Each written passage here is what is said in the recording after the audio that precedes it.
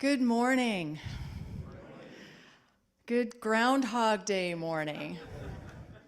You might not have realized this, but it's one of my high holy days, and which may sound funny, but it comes from actually the movie, not the rodent. So there was a movie that was, I can't believe this, it's 32 years ago that the Groundhog Day movie was released. 32 years ago! What? Seems like just yesterday, right? And so I was just so excited to speak today, to be asked of all days to be speaking on one of my high holy days. So thank you all for coming out on Groundhog Day. And I'm also so grateful for the prayer practitioner person bringing forth the in bulk, also grounding us in that as well. Because I would have talked about both, but there's no time. So I'm going to talk about the sharing of the wisdom of the movie Groundhog Day, which is there anyone here who has not seen it yet? Ooh, just a couple? Okay. So spoiler alert, I am going to talk about it. However, it's not going to be a problem. I can just, if anything, it's going to enhance your watching of it. So I'm not going to give every single detail, but it will absolutely enhance your watching of it, see it deeper, and those of you who have seen it before may choose to see it again after hearing all of this. So this story, so I'm just going to start with a small synopsis of what this movie is about. So in this story, it's a man named Phil who's a weatherman, and he works for a TV company, and he's being asked to go cover the story of the groundhog in Punxsutawney, Pennsylvania, which is where they do this big, celebration of Groundhog Day. And he goes with his producer and with his cameraman, and they go to do this spot. And he's not happy about it. And in fact, in the beginning of the movie, he's pretty much portrayed as kind of a jerk guy. He's not well liked, he's pretty arrogant, he's just not that great of a guy in the beginning of this movie. So he's like begrudgingly going, hoping it's the last time he ever has to do this, right? Complaining the whole time. So they go to Punxsutawney and they spend the night, and they get up early in the morning to witness the groundhog, whether the groundhog sees its shadow or not, and all the festivities that are going on. And they do all that, and then they try to leave town, and there's a blizzard, which I've been thinking about all morning as this is interesting. So hang on for the rest of the day. This will be interesting. See if we end up in the same thing. But anyway, so there's a blizzard, so they can't leave town. So they have to go back and spend another night in Punxsutawney. So he goes back to his bed and breakfast, and then he wakes up the next day, and it's the same day again. It's Groundhog Day. And he's, they have the same music on the clock radio. Everybody's going off to see the groundhog. And he's like, what? I already did this. And he finds out that he's the only one having this experience. So everybody else it's just Groundhog Day. No one's concerned. There's nothing weird. He's the only one who's doing it over and over and over again. So the rest of the movie is basically, most of the rest of the movie is him repeating this day over and over and over. And every day he wakes up, it's Groundhog Day again. And he's the only one that this is happening to. One of the things that's interesting about this movie is it's not about that. Like, it's not about finding out why this is happening or what the phenomena is that's making the loop happen. No, we never even find out. It's not about that. It's about the development of Phil.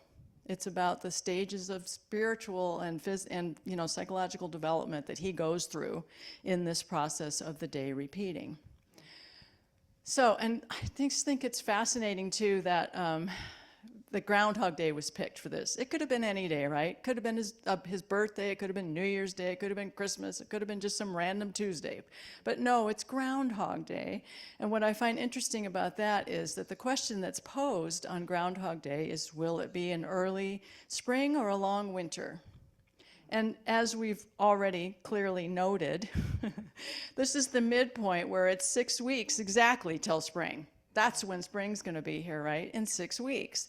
So the real question is, how is it going to be a long winter or an early spring for you? It's a perspective question. It's all about perspective. It's going to be in 6 weeks either way, no matter what the rodent says.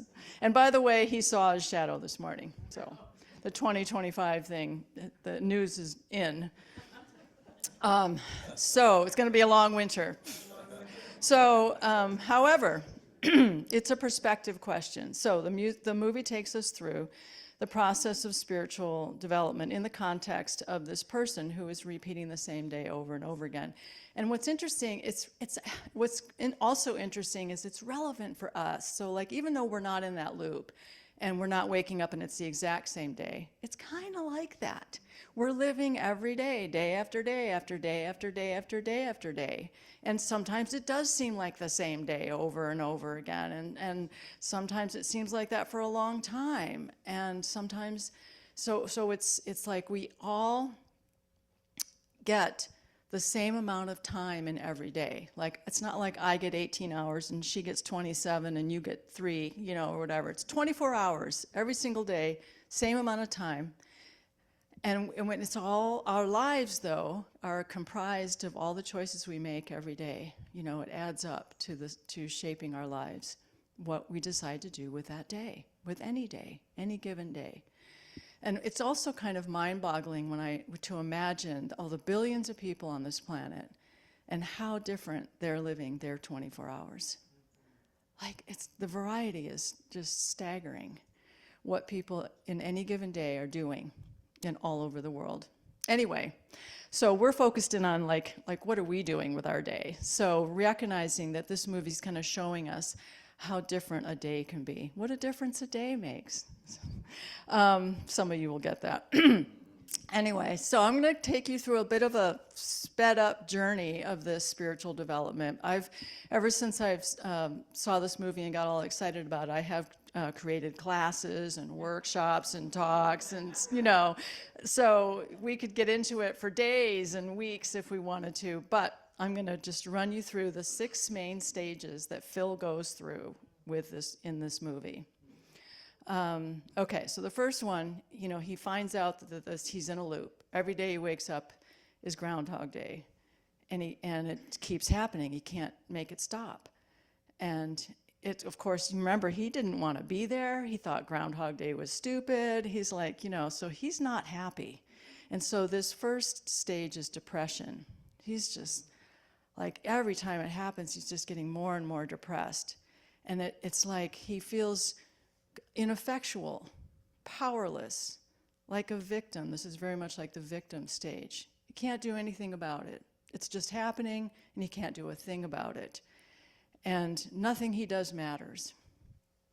It's all outside of his control, and it's depression. So this stage leads him to drinking in this bar with these 2 local guys. They're also drinking. And he says, what would you do if every day was the same and nothing you did matters? And one of the guys says, well, that about sums it up for me.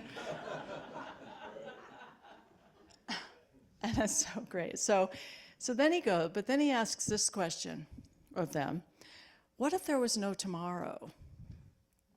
And earlier in the movie, he was trying to get long-distance phone service, and he was on the phone, and they were saying, it'll get hooked up tomorrow. And he says, well, what if there was no tomorrow? There wasn't one today. So anyway, so he asks these guys he's drinking with in the bar, what if there was no tomorrow? And this leads us into the second stage, because they say, well, if there's no tomorrow, there'd be no consequences. We could do whatever we wanted.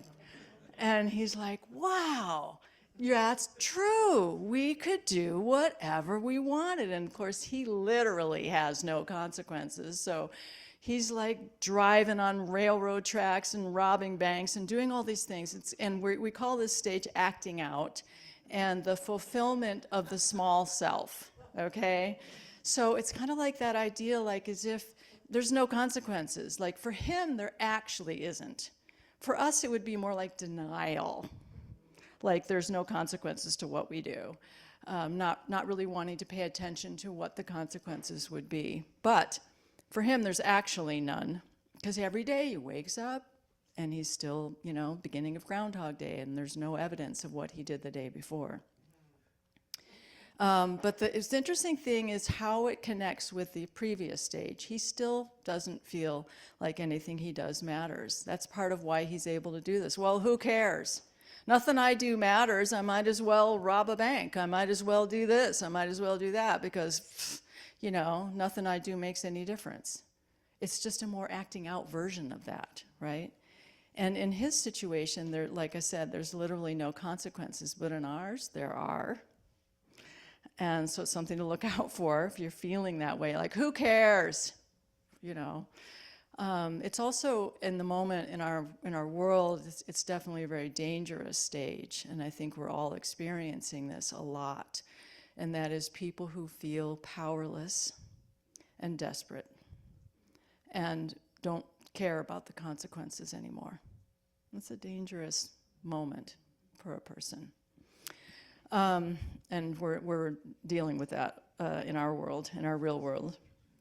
But in his world, there are no consequences. So every day, no matter what he does, he wakes up and it's Groundhog Day again, back to the beginning. And none of that has even happened. So he does this for a while. And what's interesting, too, in this movie is we have no idea how many days he's living. Years, tons of them, like that doesn't really say. So after doing that for a while, he gets bored. He's bored. He's just, acting out his small self, and it's not fulfilling. It turns out that's not very fulfilling. Some of us know that. So then he starts to look around, and he realizes what he really wants. Okay, now he's starting to go a little deeper. What does he really want? He really wants to be with somebody like Rita. And Rita is the producer, the woman producer that came with them for the Groundhog Day. And in this movie, she represents joy and love and truth and spirit and goodness and innocence and all of that. That's what she represents. So he looks at her and he wants that. And that leads to the next stage. But what happens, though, is what the reality is, he doesn't feel like he deserves it. At this moment, he wants her, but he doesn't feel like she would want him. And so he enters into manipulation. So manipulation is the next stage. So he doesn't think he can actually pursue her and get her. So he has to pretend he's somebody else that he isn't. So he starts to gather information on her. He has one day to get her, but he has many of them. So he starts to learn, like, oh, she likes fudge, she doesn't like this, this is her favorite drink, this is what she does, this is all, he starts to gather all this information so that he can manipulate the situation, so that he can make her like him. But he's not that person, he's just pretending, right, to be the person that she would like. And after every time, at the end of the day, it ends with her slapping him. That's for making me believe in you. And it represents truth will out. She represents, you can't fool spirit. It's kind of like you can't fool Mother Nature. You can't, spirit figures it out every time. If you're being fake, if this isn't really you, slap, no, rejected. So, and he's put a lot of work into it. When you watch this movie, you will see how much work he put into that part. And it was a lot. And it was exhausting. And every single time she saw through it at the end. So now, the next stage is another depression. And this one's much deeper. He is at the end of his road. He's tried everything he knows how to do. Everything that little small self Phil knows, he's tried. And he's at the end. He doesn't know, he doesn't know what else to do. There is nothing else. And so this is much kind of what we might call the dark night of the soul, bottoming out, coming to the end of everything you know. You don't know now. So it's like giving up. And I call this stage the dying of the old self, because what he decides to do is kill himself.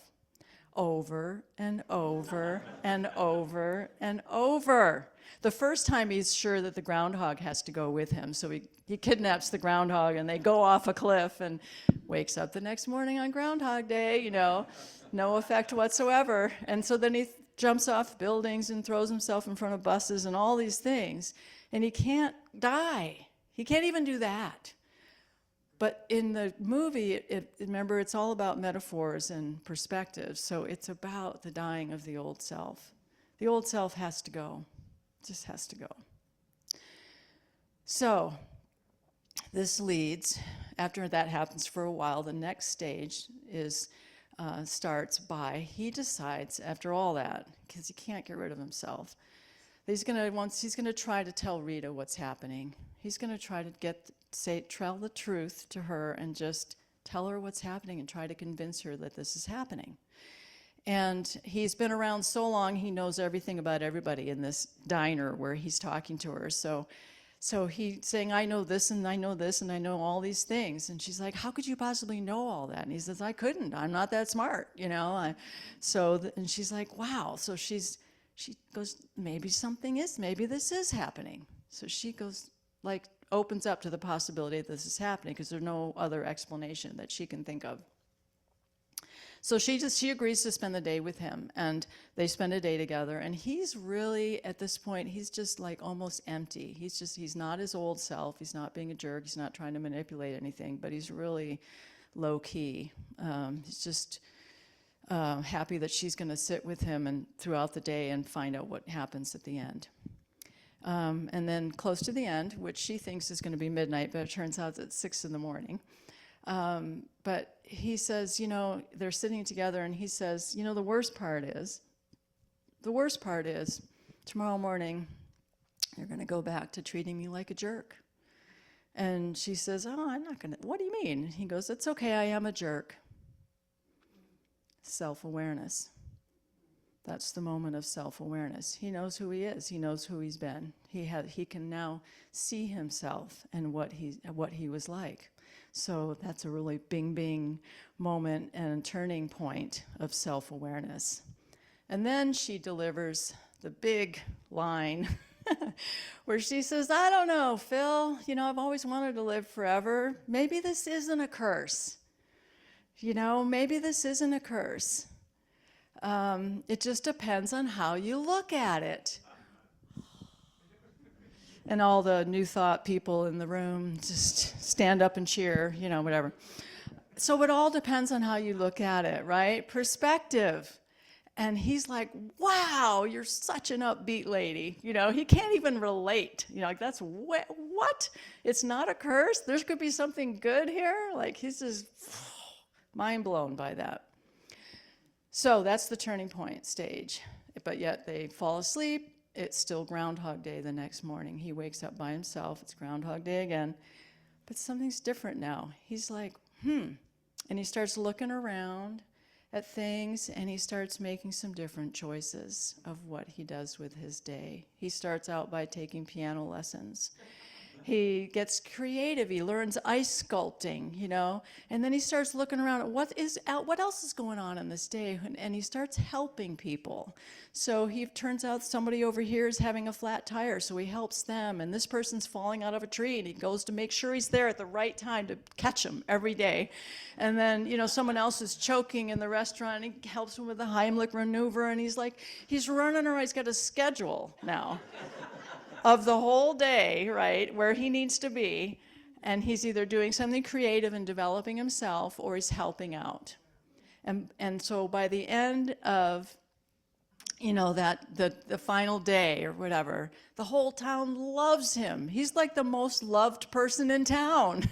And this is still 24 hours, remember? I mean, even less, 12, whatever. This is just that one day. But what he chose to do with his day, what was a miserable, horrible day prior, is now a fantastic, amazing day.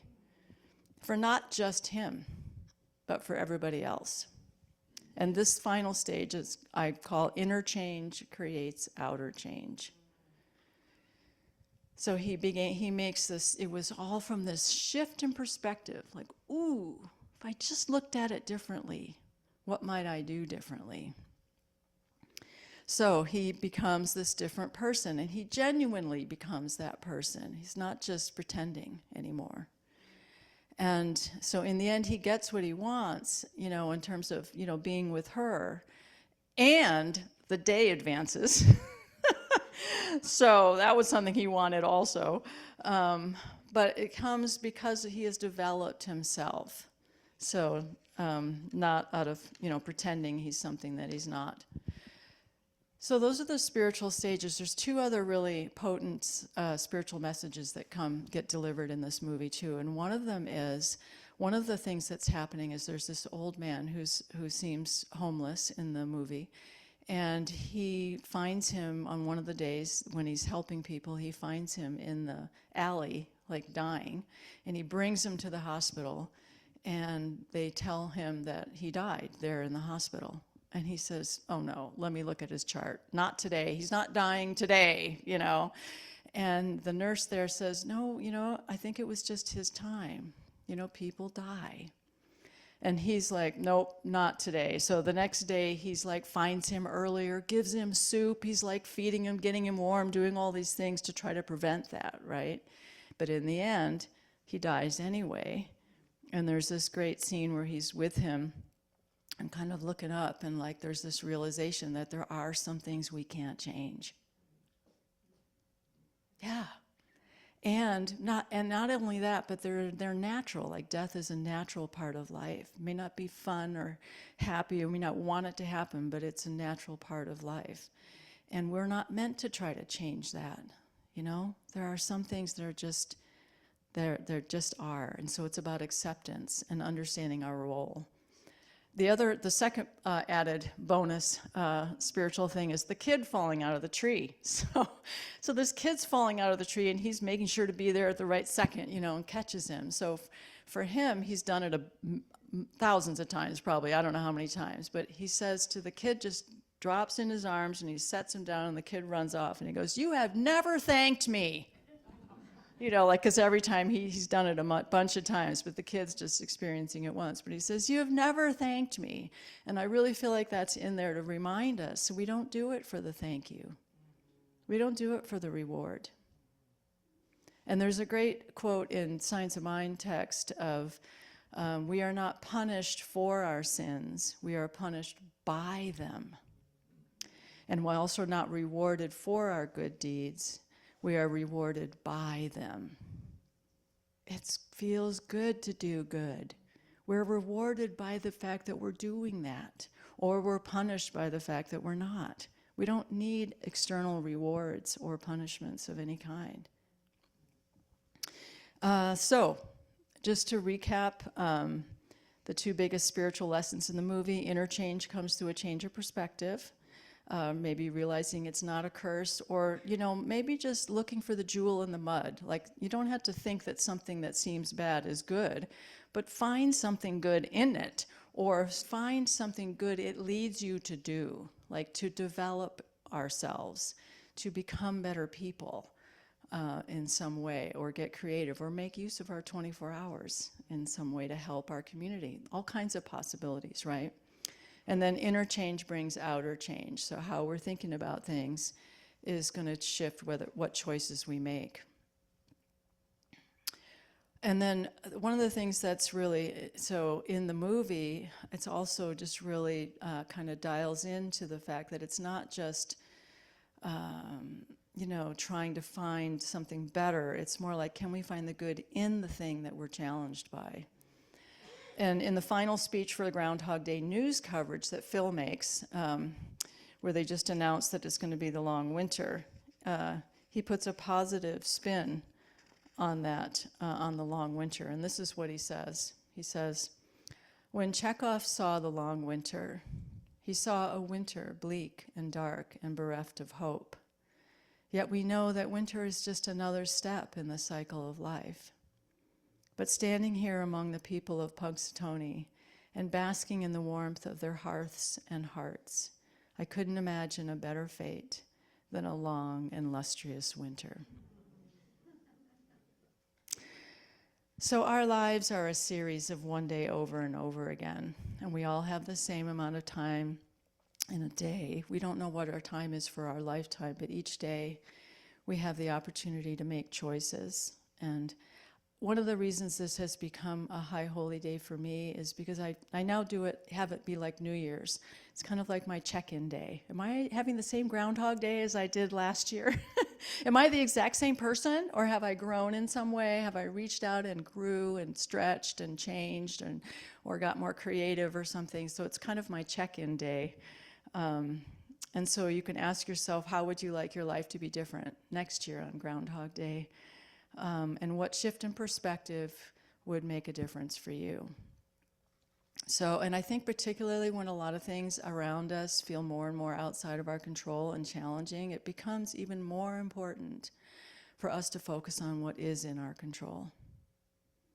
What can we do? We can show up in kindness and curiosity. We can be loving in our community. We can do things for those we love. There's so many things we can do when we step into our true self and leave the small self behind. And so allow yourself to be inspired by this gem of a movie. See it again if you saw it a long time ago. See it for the first time if you haven't seen it. And celebrate this high holy day with me. Happy Groundhog Day.